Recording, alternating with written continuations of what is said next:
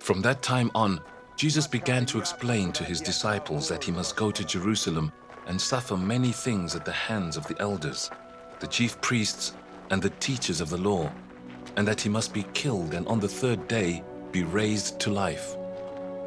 Peter took him aside and began to rebuke him.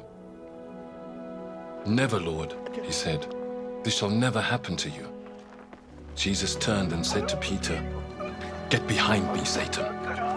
You are a stumbling block to me. You do not have in mind the concerns of God, but merely human concerns."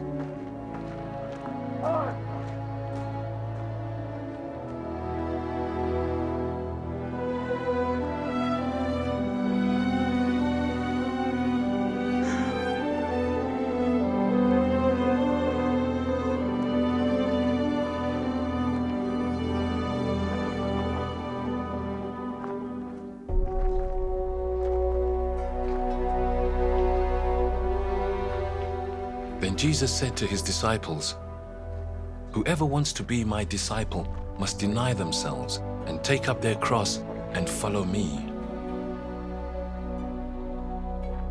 For whoever wants to save their life will lose it, but whoever loses their life for me will find it. What good will it be for someone to gain the whole world, yet forfeit their soul? Or what can anyone give in exchange for their soul?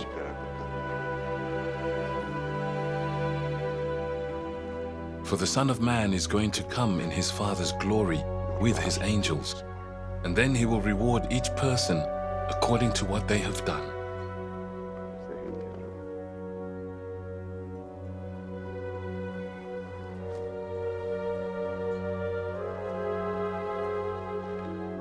Truly I tell you, some who are standing here will not taste death before they see the Son of Man coming in his kingdom.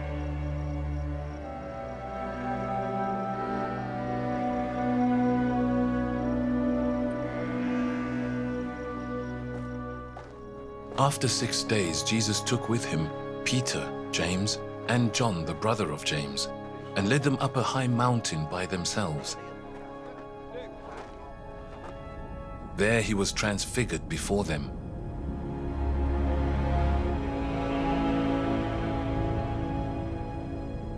His face shone like the sun, and his clothes became as white as the light. Just then, there appeared before them Moses and Elijah, talking with Jesus. Peter said to Jesus, "Lord, it is good for us to be here. If you wish, I will put up 3 shelters, one for you, one for Moses, and one for Elijah." While he was still speaking, a bright cloud covered them, and a voice from the cloud said, "This is my Son, whom I love. With him I am well pleased. Listen to him." When the disciples heard this, they fell face down to the ground, terrified. But Jesus came and touched them. "Get up," he said. "Don't be afraid." When they looked up, they saw no one except Jesus.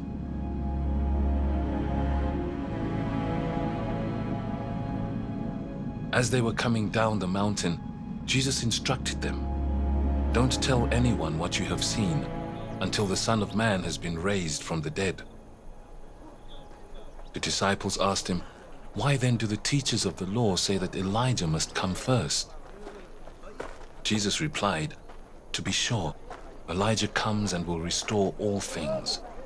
But I tell you, Elijah has already come, and they did not recognize him, but have done to him everything they wished. In the same way, the Son of Man is going to suffer at their hands."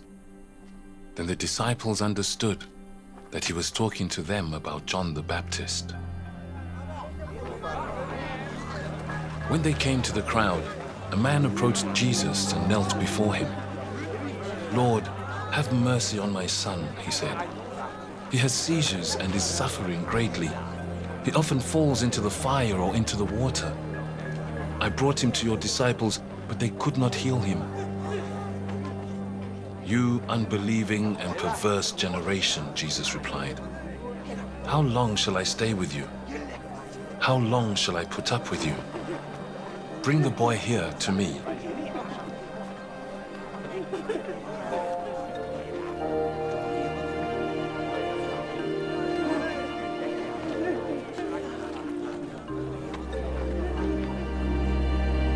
Jesus rebuked the demon, and it came out of the boy, and he was healed at that moment.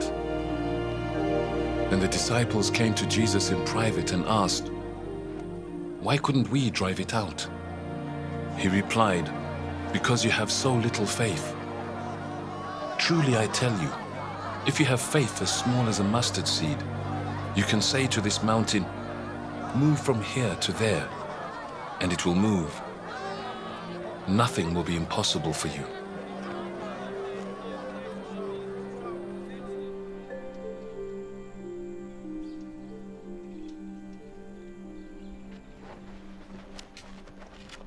When they came together in Galilee, he said to them, "The Son of Man is going to be delivered into the hands of men.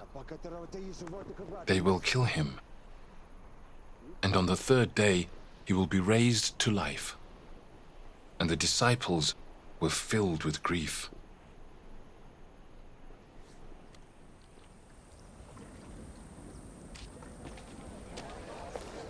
After Jesus and his disciples arrived in Capernaum, the collectors of the 2 drachma temple tax came to Peter and asked, "Doesn't your teacher pay the temple tax?" "Yes, he does," he replied.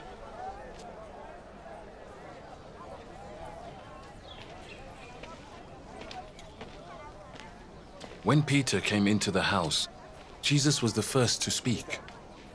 "What do you think, Simon?" he asked. "From whom do the kings of the earth collect duty and taxes?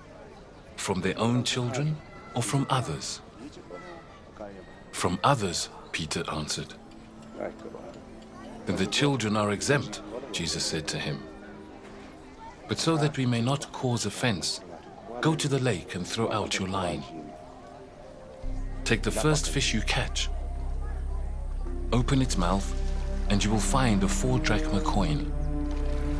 Take it and give it to them for my tax and yours."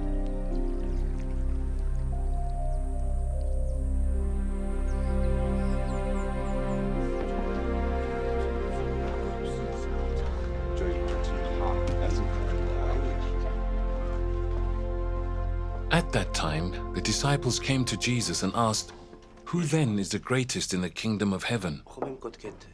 He called a little child to him and placed the child among them.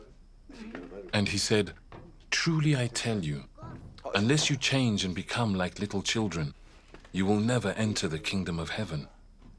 Therefore, whoever takes the lowly position of this child is the greatest in the kingdom of heaven. And whoever welcomes one such child in my name welcomes me.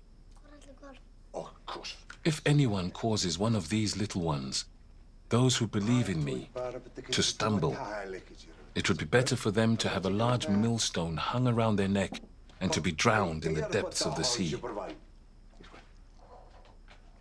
Woe to the world because of the things that cause people to stumble. Such things must come, but woe to the person through whom they come. If your hand or your foot causes you to stumble, cut it off and throw it away. It is better for you to enter life maimed or crippled than to have 2 hands or 2 feet and be thrown into eternal fire. And if your eye causes you to stumble, gouge it out and throw it away. It is better for you to enter life with 1 eye than to have 2 eyes and be thrown into the fire of hell.